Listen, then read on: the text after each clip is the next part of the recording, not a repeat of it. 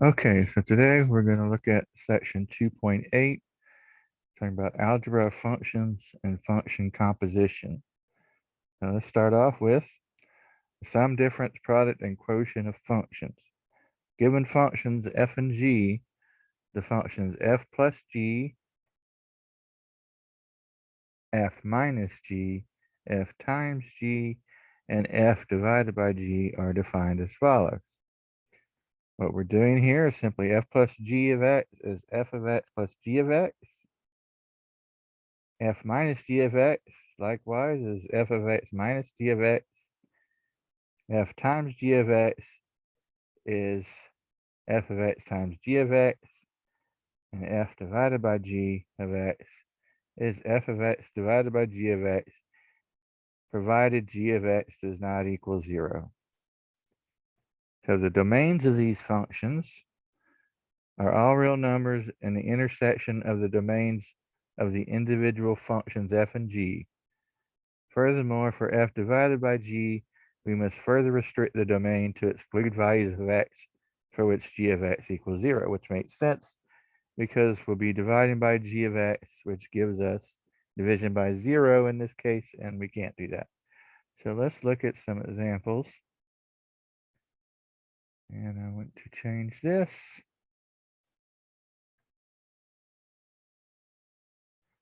So let's start off simple.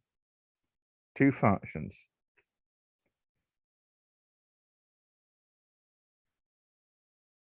We'll just go f of x equals x plus 3 and g of x equals x squared minus 2.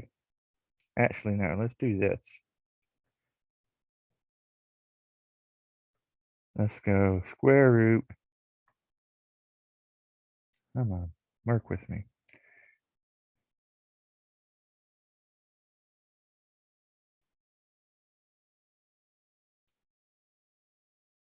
Square root of x plus 2. Now we're going to want to find the domain. We're going to do f plus g of x, f minus g of x, f times g of x, and f divided by g of x. And then we're going to determine the domain of the combined functions. So let's look at this. This one's simple. It's simply a linear function, so our domain, our values of x can be all reals. So we'll go negative infinity to infinity. Now this here, remember now, since we're dealing with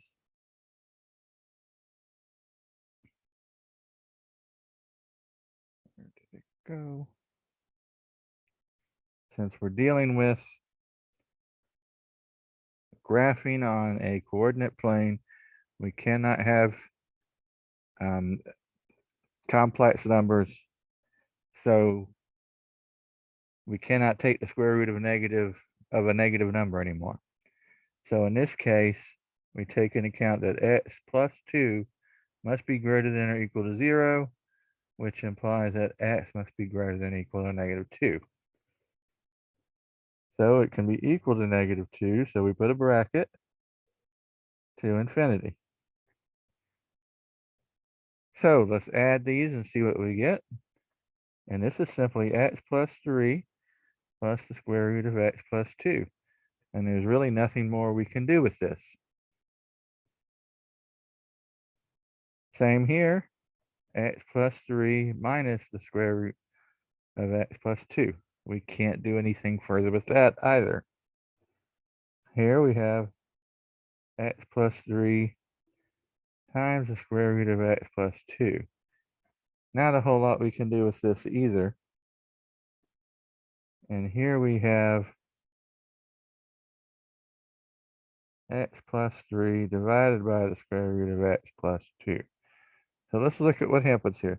This is simply the intersection of the domains. So where do these two domains intersect? Well, right here. So all of these are going to have the same domain. -2 to infinity, -2 to infinity. Now we have a thing here. Since this is in the denominator, it can also not be 0, or it cannot be 0. So now we're looking at x plus 2 must be greater than or equal to 0, or not equal to, simply greater than 0. Because it can't be 0 because we're dividing by the square root of x plus 2. So in this case, x must be greater than -2. So the only difference really is we use a parentheses instead of a bracket. So that's how this works. You just perform the operation and then find the intersection of the domains. And with the division, you need to take into account g of x, what is in the denominator or the numerator. Okay, so the next concept is, let's see, something we really won't go too deeply into in this course. But if you move on to calculus later on, it'll be very helpful to know this. This is one of those things that they want you to be familiar with. So that is what we will do.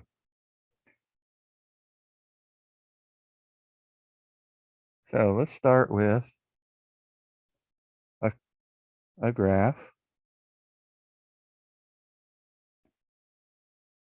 of a curve. Now I have 2 points on this curve. I have a point here, and I have a point here. And we're going to call this x because we don't know what x is, and f of x. Because remember, y is equivalent to saying f of x. When we put in x, we get y, which is f of x. They were interchangeable. Now this we're going to call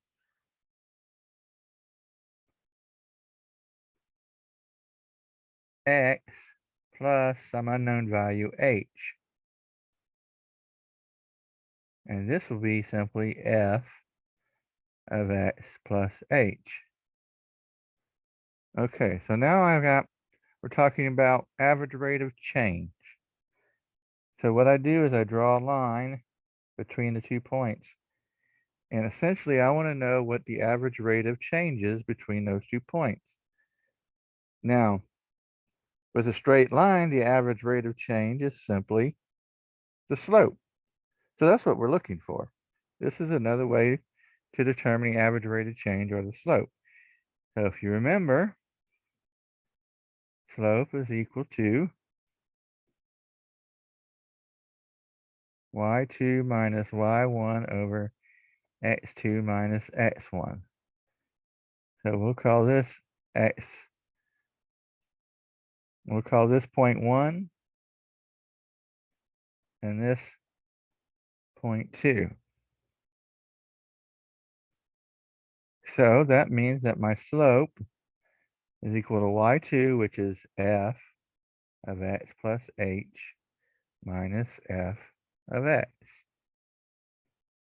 And then my denominator is simply x plus h minus x. So we can simplify this a little bit. F of x plus h minus f of x over, and the x minus x gives me over h. This is called the difference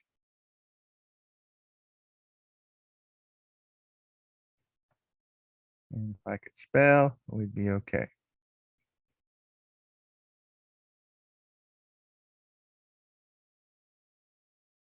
The difference quotient, Quotient.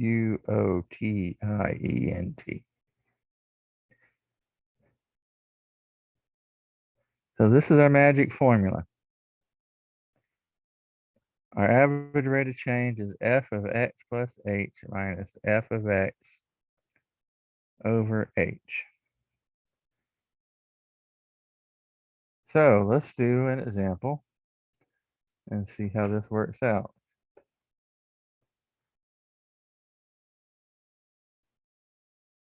Oh, I'm going to make some room here. We'll leave this. And I'm going to go ahead and take care of this because we're going to work with equations.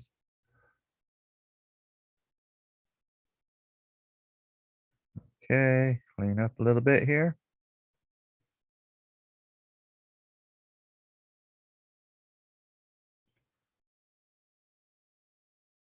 So we have f of x equals the negative of x squared minus 5x plus 2. And I want to find the difference quotient.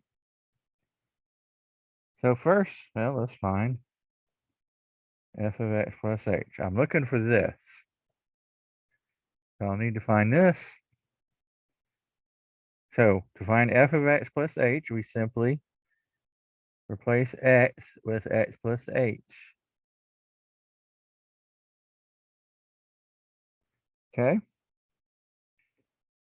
Now remember, this negative is outside all of this. So that's x squared plus 2xh plus h squared minus 5x. Be careful. Make sure you distribute the minus to both. Minus 5h plus 2. So let's combine our like terms here. And we'll also distribute this negative to all three of these. I have negative x squared minus 2xh minus h squared minus 5x minus 5h plus 2. Now, do I have anything that will combine here? Doesn't look like it. So, that's x plus h. Now let's find this. F of x plus h minus f of x. Well, I know x plus h is negative x squared minus 2xh minus h squared minus 5x minus 5h plus 2. Then I'm going to subtract, and this is where it gets a little tricky. Negative x squared minus 5x plus 2. So we'll just bring all this down. 2x, or negative x squared minus 2xh minus h squared minus 5x minus 5h plus 2 minus a negative x squared becomes plus x squared minus a negative 5 becomes plus 5x and minus 2. So now let's look. I have a negative x squared and a positive x squared cancel each other out. Have a negative 5x and a positive 5x cancel each other out. And I have a positive 2 and a negative 2 cancel each other out. Then I have 2xh minus h squared minus 5h. I can factor out a negative h, and I get 2x plus h minus 5. So now remember, the difference quotient is this divided by h.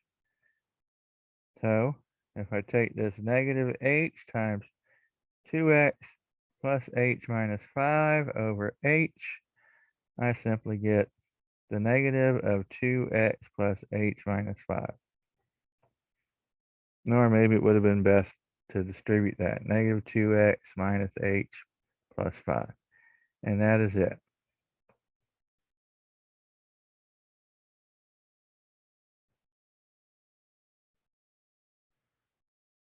Okay, so that doesn't really help us a lot, being a generic. So let's look at something that we know.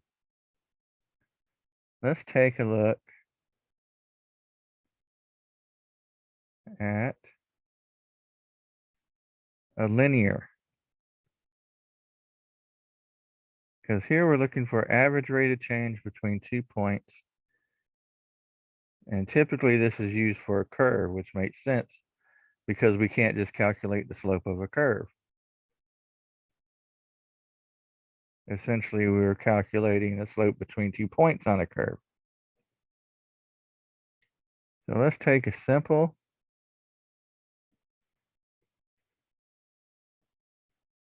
everyday f of x equals 3x plus 2. Simple linear function. And if we think of it as y equals 3x plus 2, we have slope-intercept form, and we know that the slope is 3. So m equals 3. The average rate of change between any 2 points on this line would be 3. 3 to 1, technically. So let's plug this into our difference quotient formula and see if that's what we get. So first we need f of x plus h, which is 3 times x plus h plus 2, which is 3x plus 3h plus 2. So now I have f of x plus h minus f of x, which is 3x plus 3h plus 2 minus 3x plus 2. So distributing this minus sign here, we get minus 3x minus 2. So positive 2 minus 2, negative 3x, positive 3x, I end up with 3h. So then I take that and put it over h because of this h here, and I get 3, which is the same as the slope. So this actually works. Looking at it from the standpoint of average rate of change for a line, the average rate of change is the slope.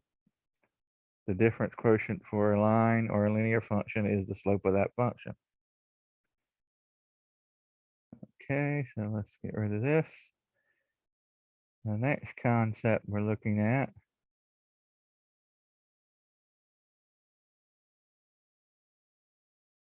is called composition of a function.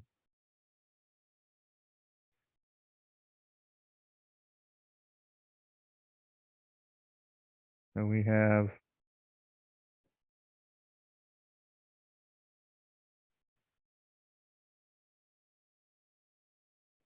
the composition of f and g. So we're talking composition of f and g. Oops, getting ahead of myself. Of f and g is written like this.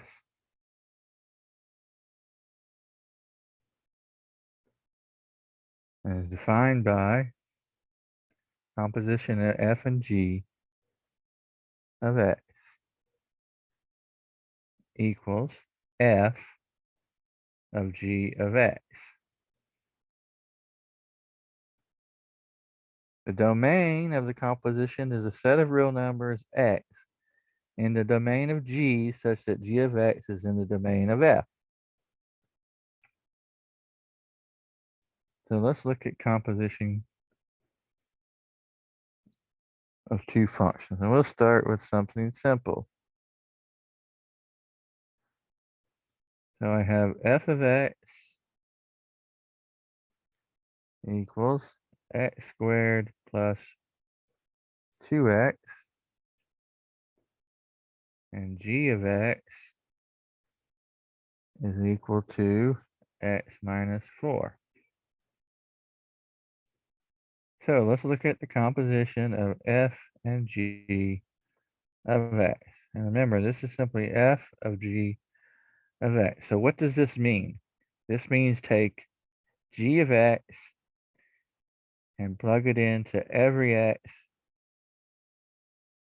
in f of x.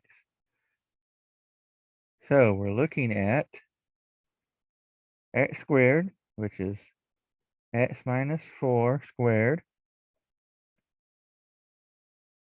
plus 2 times x minus 4. Go ahead and break this out, and we get x squared minus 8x plus 16 plus 2x minus 8. Combine our like terms, and we get x squared negative 8x plus 2x minus 6x, 16 minus 8 plus 8. Now, we're not looking to solve these at this point. What we can do is find particular values, or find this for particular values, say negative 4. So we've done the composition here. Let's go ahead and plug negative 4 in here. And I get negative 4 squared minus 6 times negative 4 plus 8. So this is 16 plus 24 plus 8, which is 48. So let's look at this from the more roundabout situation. And as far as domain goes, since both of these functions have a domain of all reals, we're okay either way. So let's look at this from a different viewpoint though. Let's look at g of negative 4, which would be negative 4 minus 4, which is negative 8. And then we find f of negative 8, which is negative 8 squared plus 2 times negative 8, 64 minus 16, which is 48. So you see, we get the same result either way. So let's look at something a little more complex. So what do I have here? I have m of x equals 1 over x minus 5, and p of x equals the square root of x minus 2. And I want to find the composite of m and p of x. So that means for every x in m of x, I plug in p of x. So this gives me 1 over the square root of x minus 2 minus 5. Okay, that's it. I can't do anything further with this. So let's look at domains. So for m, the domain is all reals, but x cannot equal 5. So what? Negative infinity to 5.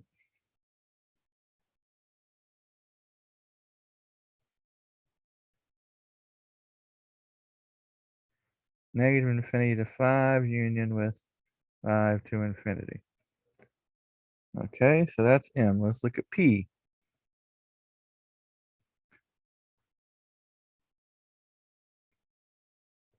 All right, so essentially from m we know that x cannot equal negative 5. So let's look at p here real quick. P can be 2, but it can't be 1, so it's got to be from 2 to infinity. So just looking at it from this standpoint,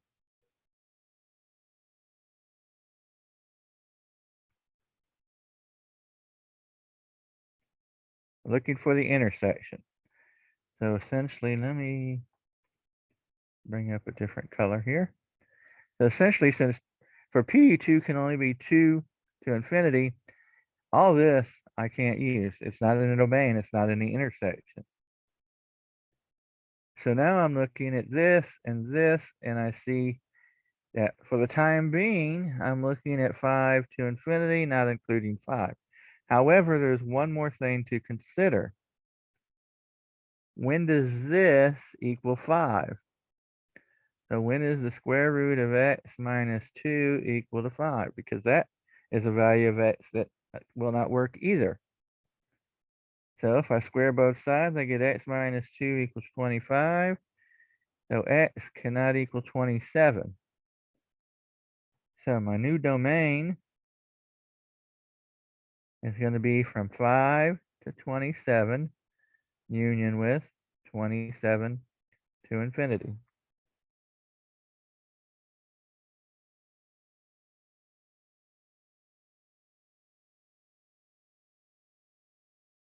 And not correct. So what's happened at this point is since this is different, this actually goes back to, it's not the true intersection. I'm looking at the wrong thing. This should actually be, because we're looking at this here. So in this case, x can be equal to 5. So again, x cannot be equal to less than 2, but it can be equal to 2. And then we realize that it can't be equal to 27. So looking at that, this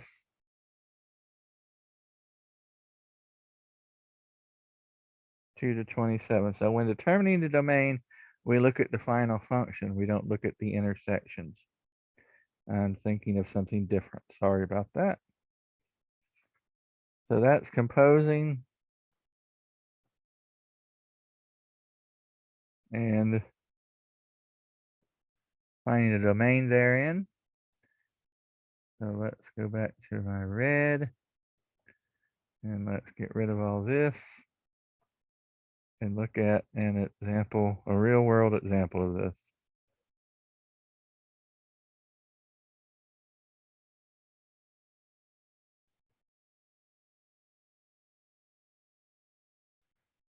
Sorry, my computer is not working right today. And I'm using a different method.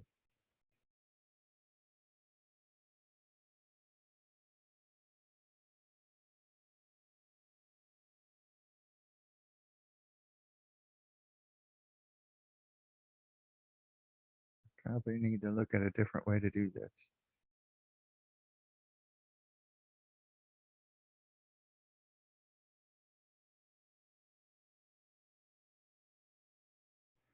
Okay, so let's look at a popular website. At a popular website. The cost to download individual songs is $1.49 per song. In addition, a first-time visitor to the website has a one-time coupon for $1 off. So we need to write a function to represent the cost, C of X in dollars, for a first-time user to purchase X songs. So we're looking at C of X. Well, if you purchase X songs, it's $1.49 per song, so 149 times X. And then we have to subtract the 1 for the dollar off. So that's the cost. 149 or $1.49 times X minus $1. Just in case. So the sales tax for online purchases depends on the location of the business and customer. The sales tax rate on the purchase is 6%.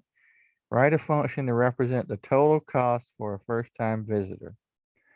Okay, so what's the tax? The tax is 0.06 times the cost. Looks kind of like a composite function. So we have 0.06 times 1.49 x minus $1.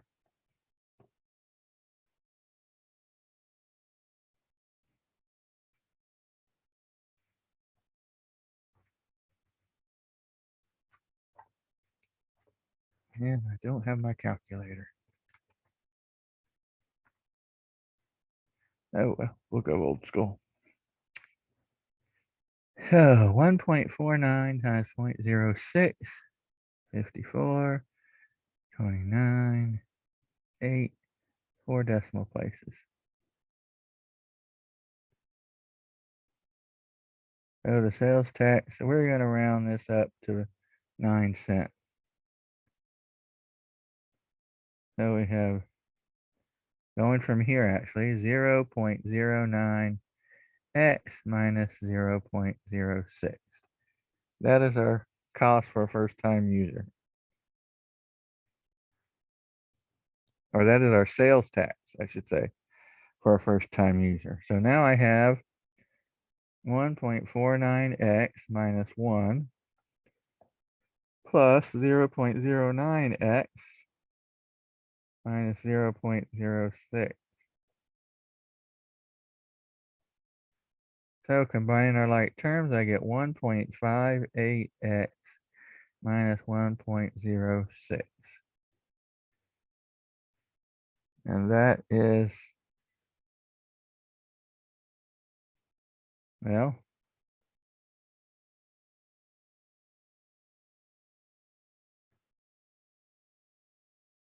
that is our final cost. So this is t of x, and this is c composite t of x. Or actually t composite c of x. So that's what it's going to cost our first time user.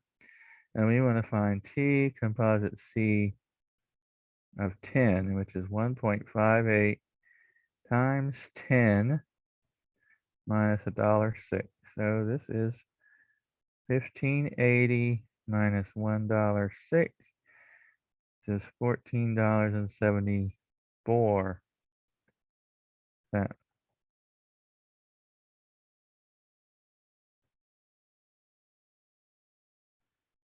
Okay, so that's real world. All right, let me see.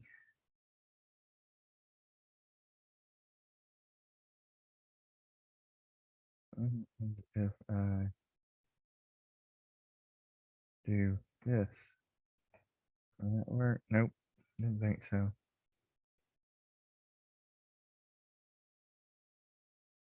Oh, let's erase.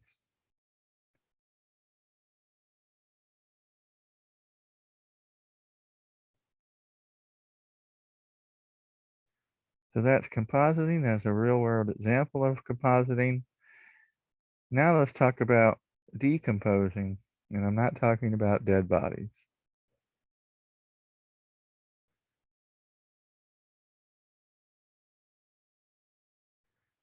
So the issue with decomposing functions is, first of all, there can be multiple answers. And second of all, it's just a feel. You have to get a feel for it. And just you see it or you don't see it. So I have the function m of x equals the cube root of 5x plus 1. Now what I want to know is f and g such that f of x or f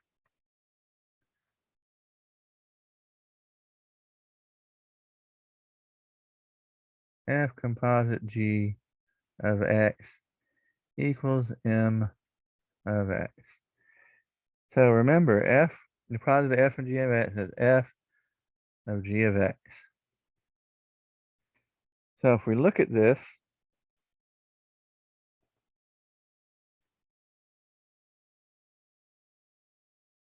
ideally, we look at our radical and our radicand. So if I look at the radicand, that's the final thing. If I look in here, I can let g of x equal 5x plus 1. So what function f of x can I plug this in for x and get this? Well, what if I take the cube root of x? Does that work out? If I take this and plug this in for the value of x, I get the right thing. So we are good to go. Okay, so the next thing, again, many ways to do this. How about this? We'll use the same thing. M of x equals 1 over x plus 2 cubed.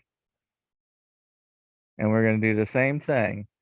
I want to find f and g such that the composite equals m of x. Now, there's multiple ways I can do this. Let's start with an easy one. G of x equals x plus 2 cubed. That would mean that f of x is simply 1 over x.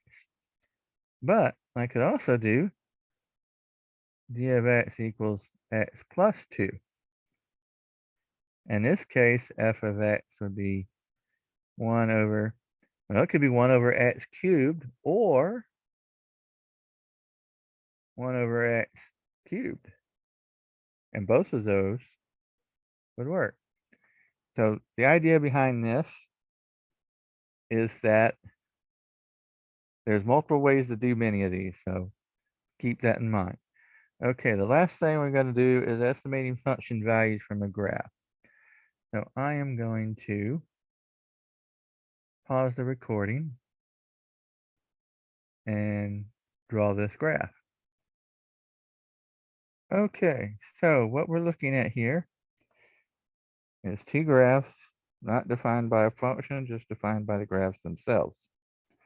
And what we're going to do is we're going to look at f plus g, f minus g, f times g, and f divided by g for specific values. So looking at f plus g of -3, remember this is simply f of -3 plus g of -3. So we find -3 here, and here we have -3, -1, and here we have -3, 1, but this is an open circle. So f, or guess I need to define the functions.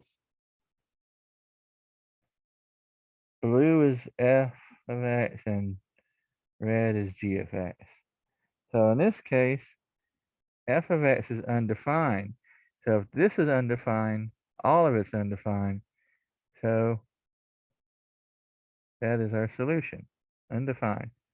If one term in it's undefined, it doesn't matter what the other one is. So let's look at f minus g of 0. So I'm looking at f of 0 minus g of 0. Well, f is blue. When 0, we have 4. So this is 4. G, when x is 0, is -4. So that's minus -4. So we're looking at 8 is the answer here. How about f times g of 5? Well, again, that's f of 5 times g of 5. So f of 5, right here, -2. -2 times g of 5, which is 1. So this is simply -2. Okay, and the last one we're looking at is f divided by g of 4. So we have f of 4 divided by g of 4. Well, f of 4 is 0. That works out fine. But g of 4 is also 0. And thus, this is also undefined. So if one of the terms is undefined, the whole thing's undefined. If you end up dividing by 0, it's undefined as well. So that is it for this section. Have a good day, and I will see you next time.